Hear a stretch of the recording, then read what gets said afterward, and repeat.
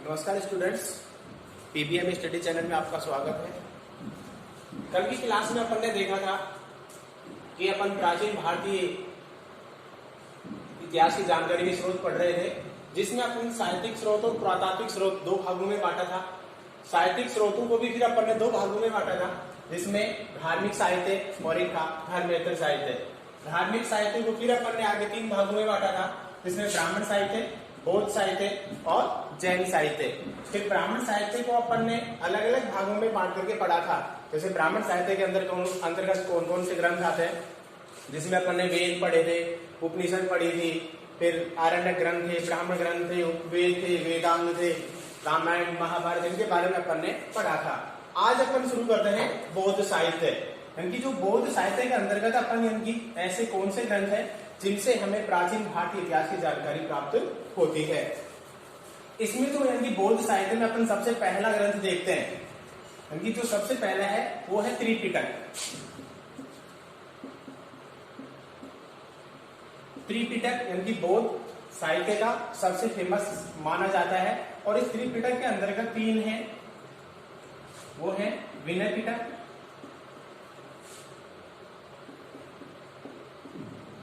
दूसरा है सुत्त पिटक,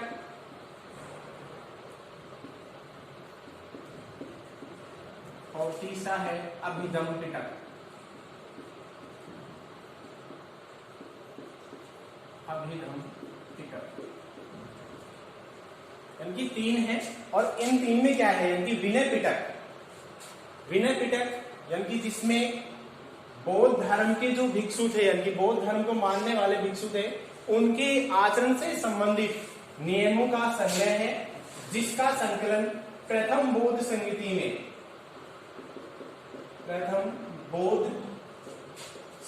में किया गया था। और इसका वाचन उपाली ने किया था। उपाली नामक एक बौद्ध भिक्षु था जिसने किया था। और कब किया था? प्रथम बौद्ध संहिता में। दूसरा है सुत्त पिटक। सुत्त पिटक में इनकी बौद्ध धर्म की सामान्य शिक्षाओं का वर्णन किया गया है। इसका संकलन भी प्रथम बौद्ध संहिता में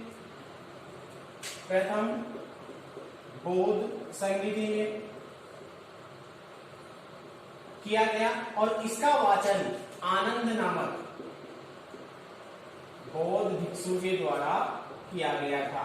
यानी कि ये भी प्रथम बौद्ध संहिता में इसका संकलन में, और इसका संकलन भी प्रथम बौद्ध संहिता में ही हुआ था। और तीसरा है अभिधम्म पिटक। यानी अभिधम्म पिटक के अंदर जो बौद्ध धर्म की दार्शनिक शिक्षाएं या गहन शिक्षाओं का वर्णन किया गया है। और इसका संकलन तृतीय बौद्ध संहिता में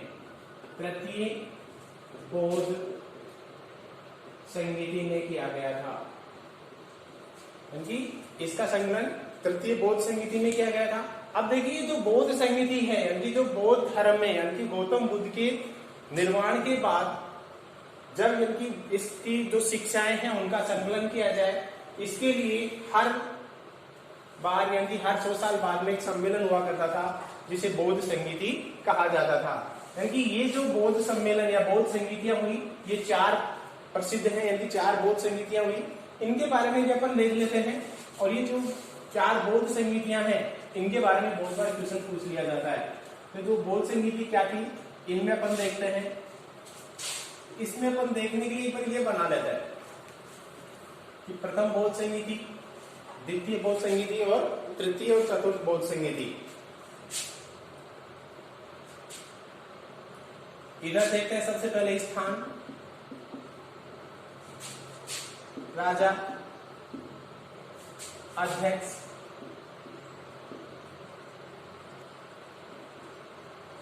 और समय। अब इसमें अपन एक एक बौद्ध संहिता के बारे में देखते हैं। प्रथम बौद्ध संहिता,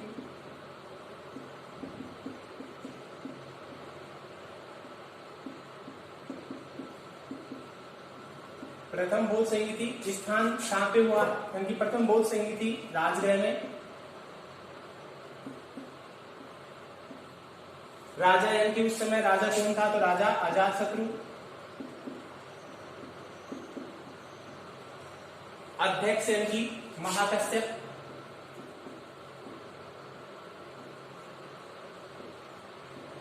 और समय 483 ईसा पूर्व।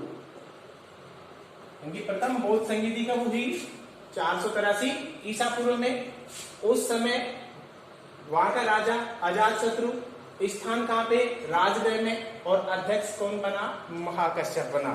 इसी प्रकार से द्वितीय बौद्ध संगीति, द्वितीय स्थान वैशाली, राजा कालाशोक, अध्यक्ष सर्वगामी, और समय 383 ईसा पूर्व। यानी कि इससे 100 वर्ष बाद इसका अध्यक्ष कौन बना? सर्वगामी। राजा कौन? कालाशोक। स्थान कहां पे? वैशाली में। इसके बाद में तृतीय बौद्ध संगीति, तृतीय बौद्ध संगीति ये कहां पे? पाटलिपुत्र।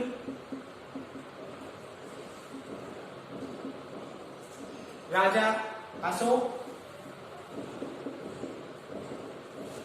और इसका अध्यक्ष मोगलीपुत्र किससे?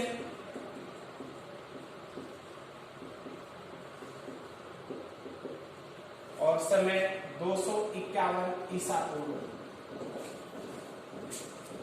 इस प्रकार चतुर्थ बौद्ध संगीति,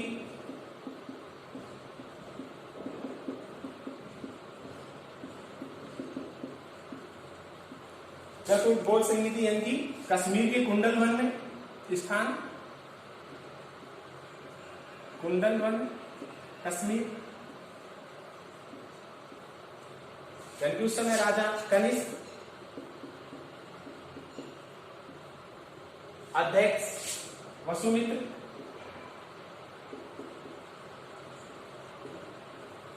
और कब हुई? प्रथम शताब्दी।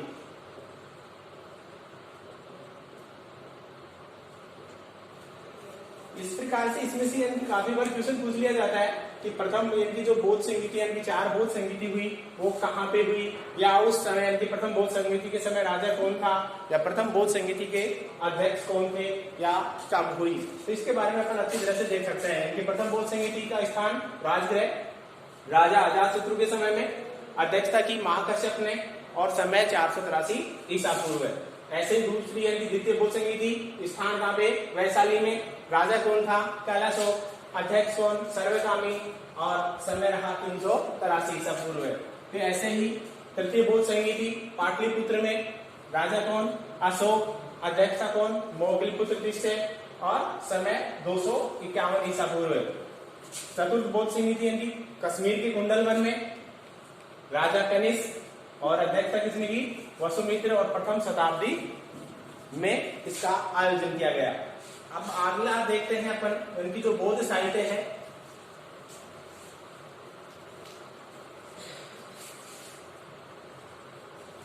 इनकी बौद्ध साहित्य में अगला टॉपिक देखते हैं। अपन ने पहला देखा त्रिपिटक, त्रिपिटक के बाद में देखते हैं जातक ग्रंथ। जातक ग्रंथ यानी कि जातक ग्रंथ क्या होते हैं?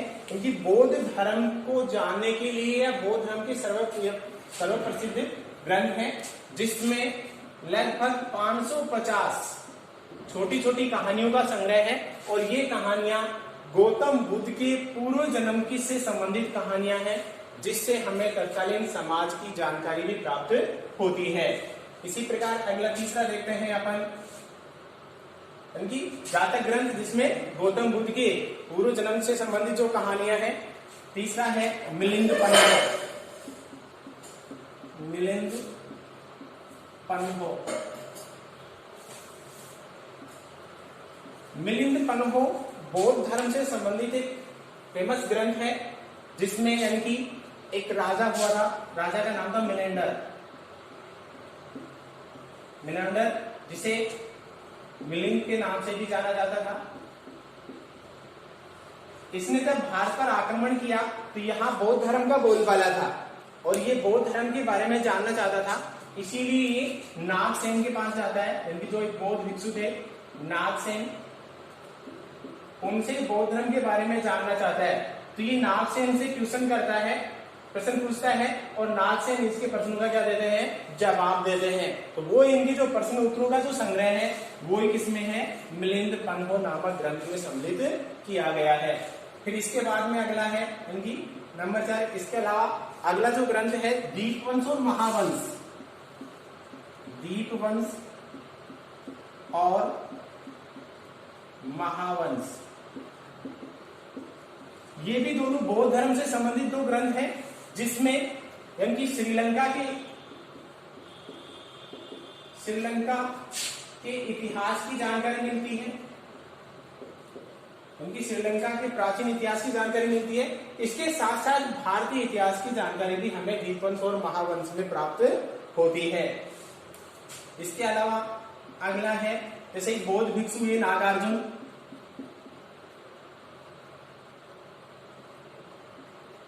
इनके द्वारा भी कई ऐसे ग्रंथ लिखे गए जिनमें यानी कि काफी प्राचीन इतिहास की जानकारी प्राप्त होती है, जिन्होंने जैसे प्रज्ञा पारमिता सूत्र, इसके द्वारा जो रचित ग्रंथ है प्रज्ञा पारमिता सूत्र, इसमें यानी कि बौद्ध धर्म की जानकारी प्राप्त होती है कि भारत में जो बौद्ध धर्म है कितना फल फूलित हुआ या कितना इसका विस्तार हुआ। एक अंतिम और ग्रंथ है या अंतिम बौद्ध विद्वान हुए थे अश्वघोष,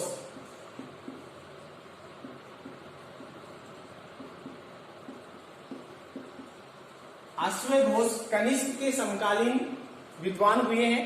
इनके द्वारा जो रचित ग्रंथ है इनमें जैसे बुद्धचरित,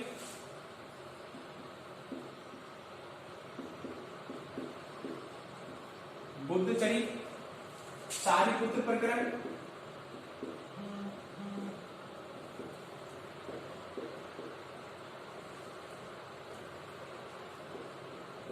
सारिपुत्र प्रकरण, व्रज सूची,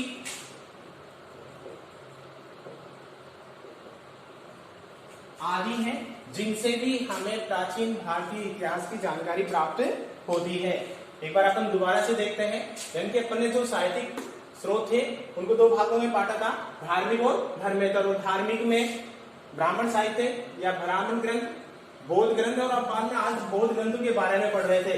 तो सबसे पहले बौद्ध ग्रंथ का अपन ने पढ़ा त्रिपिटक, फिर जातक ग्रंथ, उसके बाद में मिलिंद पन्हो नामक एक बौद्ध साहित्य है या बौद्ध ग्रंथ है, दीपवंश और महावंश, इनकी एक महानाम के द्वारा, महानाम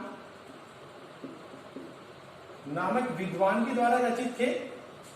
अगला है नागार्जुन, जो इनकी नागार्जुन के द्वारा जो रचित प्रमुख ग्रंथ है प्रज्ञा पारमिता सूत्र है। ऐसे ही बौद्ध विद्वान हुए अश्वघोष जो कनिष्क के समकालीन थे, इनके द्वारा भी बुद्धचरित, सारिपुत्र प्रकरण, बौद्ध तथागत और व्रज सूची नामक ग्रंथों की रचना की गई, जिसके माध्यम से भी हमें प्राचीन भारतीय इतिहास की जानकारी प्राप्त होती है। इसके बाद में अगला अपन देखते हैं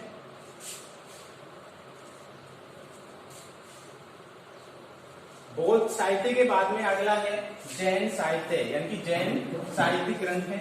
जैन साहित्य में कौन कौन से हैं जिनके द्वारा अपन, देखिए अपन ने यहां इसको दो भागों में बांटा था, धार्मिक साहित्य और धर्मेतर।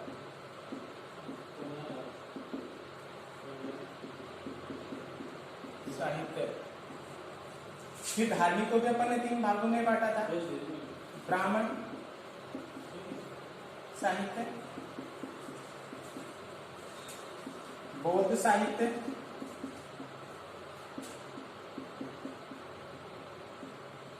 और एक था जैन साहित्य।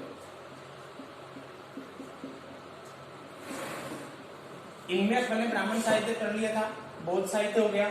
अगला टॉपिक अपना जैन साहित्य, यानी कि जैन साहित्य के अंतर्गत जो सबसे फेमस ग्रंथ है वो माना जाता है आगम। और आगम के अंदर, यानी कि आगम का अर्थ होता है पवित्र, और इस आगम के भाग हैं, इस आगम के भाग हैं 12 अंग, 12 उपांग, 10 प्रकीर्ण,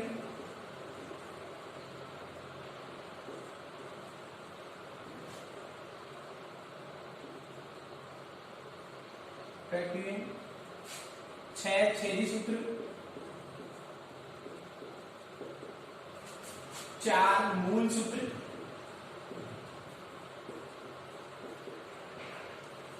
1 अनुयोग द्वार,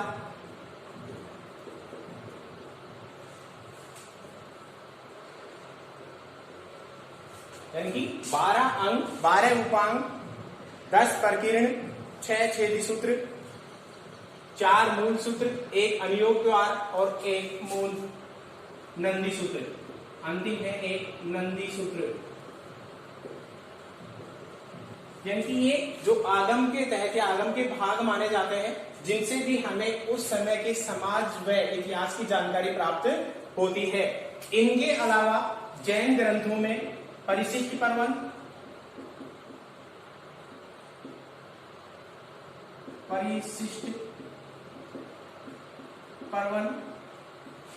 भगवती सूत्र,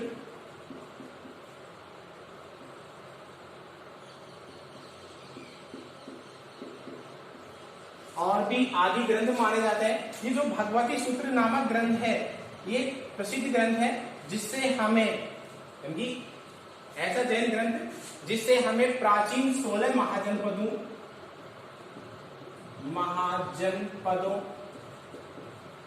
के बारे में जानकारी प्राप्त होती है। कई बार ये क्वेश्चन पूछा जाता है कि 16 महाजनपदों का उल्लेख किस जैन ग्रंथ में किया गया है, तो भगवती सूत्र में। अगर इसी क्वेश्चन को दूसरी तरह से पूछा जाए कि 16 महाजनपदों का उल्लेख किस बौद्ध ग्रंथ में पूछा गया है या बौद्ध ग्रंथ में किया गया है, तो वो है अगुंतर निकाय। अगुंतर निकाय, क्योंकि इसमें 16 महाजनपदों का इसमें उल्लेख किया गया है और भगवती सूत्र में भी उल्लेख किया गया है। तो दोनों तरह से पूछा जाता है कि किस जैन ग्रंथ में, तब तो कुछ बताएंगे अपन भगवती सूत्र में, और अगर पूछा जाए कि किस बौद्ध ग्रंथ में, तो अपन बताएंगे अगुंतर निकाय। अगुंतर निकाय मतलब जो सुत्त पिटक पढ़ा था अपन ने, सुत्त पिटक के भी 5 भाग किए गए हैं या 5 निकाय किए गए हैं, उनमें से एक निकाय है अगुंतर निकाय, और जिसमें 16 महाजनपदों का उल्लेख किया गया है। इस प्रकार से अपने यानी ब्राह्मण साहित्य, बौद्ध साहित्य और जैन साहित्य अपना कंप्लीट होता है। आगे अपन अगला पढ़ते हैं